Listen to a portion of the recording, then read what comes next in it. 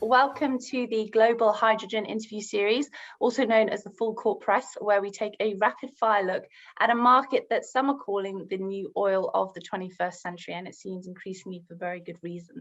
My name is 𝗙𝗆𝗰𝘂𝘀𝘀. I'm the Director of the Energy Transition Dialogues at Gulf Intelligence, and I'm very glad to say that with me today is 𝗟عني𝗰𝗂𝘀𝘀𝘶. She is the co-founder and president of Intercontinental Energy. Hi, 𝗟عني𝗰𝘂𝘀. Hi, thanks for having me.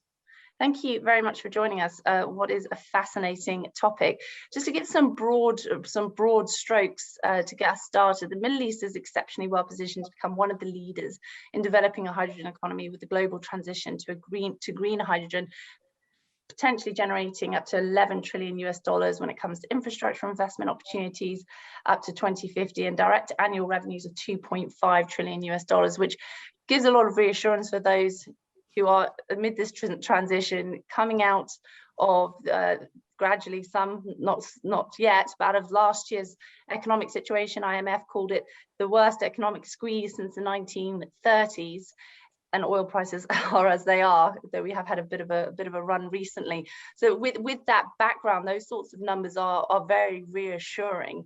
And we're seeing a lot of developments in the Middle East as well, huge developments. UAE recently inaugurated its first industrial scale green hydrogen project in MENA. Oman plans to build 25 gigawatts green hydrogen plant. Russia, Germany, talking to Saudi Arabia. Saudi Arabia did the world's first blue ammonia export to Japan last year. I mean, I could go on. There are many developments. Against this backdrop, the economic one and the hydrogen one, are you reassured by the pace of change? Do you think we should be doing more? I think this has been a fantastic year for hydrogen. A lot of people are really getting up to speed and understanding what the opportunity is. I think it's been embraced almost globally, which is fantastic. And the most important part, which is the demand drivers, which are mostly in North Asia and Europe, have really accelerated. And that gives us a lot of confidence that our product is needed, and it's needed at scale. Mm. And you just mentioned other regions there. What about international partnerships when it comes to the Middle East? I mentioned that Germany and Moscow have been talking to Saudi Arabia. Germany is looking up to around 85% of its imports. It's going to be looking at the EU. It's going to be looking closer to home to be trying to leverage that 40,000 kilometers worth of repurposed gas infrastructure up to 2040. So that makes sense. But there's going to be likely demand further afield, and they're talking to China and talking to Saudi Arabia. How can countries in the Middle East who don't benefit obviously from that existing infrastructure and will have to come up with other means of transport, which may be a little bit costlier, how can they make themselves more appealing? How can they add a bit of shine to their sales pitch? Well, I think that once you need to ship, which most places will need to ship to import or export the product. And if you're shipping ammonia, this is one of the easier ways to ship hydrogen. Once you need to ship, it's actually not that big of a difference. Where if you're in Saudi or if you're in Portugal, there is some existing network that's in Europe, but to get to the corridor for industry for Germany, you're going to have to go through the ports. You're going to be shipping in, Europe is going to be shipping in ammonia and using that for ammonia and also for hydrogen. And the same is true of North Asia. And the Middle East is actually, it is sailing days the same distance from Japan as Australia is. So one of its bigger competitors in this space is actually equidistant. So the Middle East is very well placed to service almost any market. I think Germany has gone to almost every country to do a partnership. And most of the hydrogen roadmaps in Europe envision importing product because there's just not enough land for them to do. There's not enough land and there's not enough resource. What's so incredible about the Middle East is that you have a lot of areas that have huge stretches of land, very uniform, next to the ocean. They have high sun during the day. They have high winds at night, this diurnal profile where it's not at the same time. So you have really high capacity factors. And that means that you can produce a product at the lowest price possible. That's going to make you competitive even if you have to ship. And I think the Middle East is striking oil twice. I mean, they're getting That's a very, very good way to say it. yeah. So I think it's fantastic, and it's a great way to say goodbye to some of the old products, which we're already running out of. I mean, there were already a need to diversify away from some of these products and replace with green products, which the whole world benefits from, not just locally. Do you see, just mention about the 40,000 K of repurposing the gas network, that or making it hydrogen ready, as an option that Europe is looking at, which is, I think, more than doubling the target that it announced last year versus 40,000 this year. So very ambitious. Do you see something like that being viable with the infrastructure in the Arab Gulf?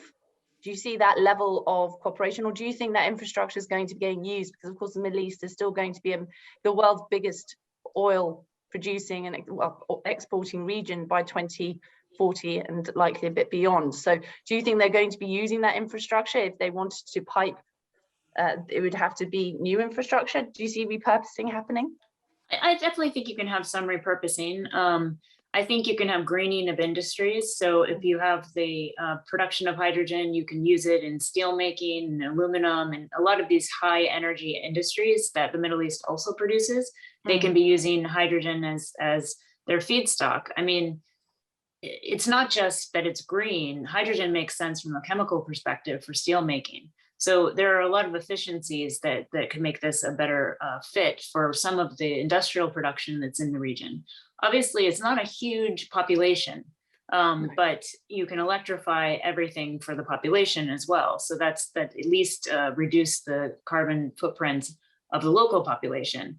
And the petrochemicals had always been, and also the oil itself had always been an export market, right? I mean, you were subsidizing and using it locally, but mostly they wanted to export it. So now for local purposes, you would electrify as much as you can, you use as much green resource as you can, and then you can start exporting green products. You can export green ammonia, you can green your other industrial products and export those. So I think it really is a great replacement for other, the other sources of income that the region has normally relied upon. And also from an investment point of view, we saw the recent IEA's net zero report, which just sent mini shockwaves, I think, across the energy industry. Some were expecting it, of course, but I think even the tone surprised a lot of people about how to reach net zero emissions by 2050. Annual clean energy investment worldwide need to triple by 2030 to 4 trillion. I don't think that was so much the surprise. The surprise really was the biggest noise in the headlines came from the recommendation to halt sales of new internal combustion engine passenger cars by 2035, phasing out all unabated coal and power projects by 2040. Those are probably the headlines that grabbed a lot of attention. Do you think that report, which of course echoes a broader shift, it's not just those pages alone, do you think that this is or will trigger a more meaningful acceleration when it comes to funds supporting the growth of a hydrogen market? Now, I know there's finance in the hydrogen market, there's big projects that are going ahead. I'd love to hear about your Australia one shortly as well, and the details of that. So there's obviously money available, of course, but because it's not a traded market, that who steps forward first, that's still not as confident perhaps as it could be. Do you think that this broader sentiments kind of signified by this net zero report will be a useful push to getting people to move forward with it, investors to move forward? Well, I do think that the regulatory aspect plays an important role. So, people have to meet targets in particular geographies, whether it's Europe or North Asia, and increasingly the US is becoming more green, and wherever they need to meet targets, and there are not other options available. So, you can electrify only so much, but then you need a fuel, and biofuels are not available in great quantities. When they do become available, they become very expensive. So you really need to have hydrogen-based fuel makes the most sense for a number of different hard to decarbonize industries. So I think the demand is going to be there because of the regulatory requirements. And, you're already seeing a carbon tax in Europe. There should be a higher carbon tax. There should also be a tax on any type of emissions. So methane is a much worse emission than carbon. There should be a tax on that. And there are a number of things that don't cost money. They should stop flaring. I mean, there's lots of things that can actually reduce carbon or can reduce emissions. But by having carrots and sticks like this, I think you will push companies to make more accurate decisions. I mean, there's been a lot of talk about a green premium, which is sort of what it costs to have a green choice, to substitute a green choice instead of the dirtier choice. But I really think that's the opposite way to look at it. Really, our there was only one choice. Our traditional uses of energy, the dirty ones, do not internalize their costs. We're not paying for the environment. We're not paying for the people who live near the refinery and have terrible health outcomes as a result. So really the cost of those products should be higher. And then the green product would look similarly lower because it does not have all of these additional costs. And I really think that is how people are starting to look at it. They're starting to look at it as this is not just oil or coal, or this is not just a product that costs whatever the market says it costs. It also has to cost, it has other externalities that have to be included in the cost. Otherwise, people make a wrong decision, right? You would choose the cheapest thing you can. Of course. So I think the regulations are really important, whether it's taxes or whether it's not allowing ships to come in using dirty fuels, or having any type of regulations. I think that's hugely important. And then also consumers are driving. So you're seeing shipping companies that have their customers needing to have a green product. They need to have their product delivered to them in a green way. And so even from the bottom up, you have a drive towards even if they have to pay more, having a product that they are comfortable with, that it was green in all of its forms, as it was created and as it was transported. Indeed, has that entire footprint, which in itself is a whole another conversation about how to monitor and verify and then account that, let alone mitigate it. I just want to go back to your first point that you just mentioned there about essentially the human price tag of a project, not just the economic price tag of it. I think this is a good opportunity to bring in the project you mentioned to me just shortly before we went live in Australia, because that's a very big focus of that, isn't it? Yeah, we just announced our second project in Australia, which is the Western Green Energy Hub. That's a 50 gigawatt project, and it is a partnership with the traditional landowners, the Mirning people. They have interest in the project. They have a carried interest in the project, and they also have a seat at the board table, and they will continue to have a seat at the board table forever.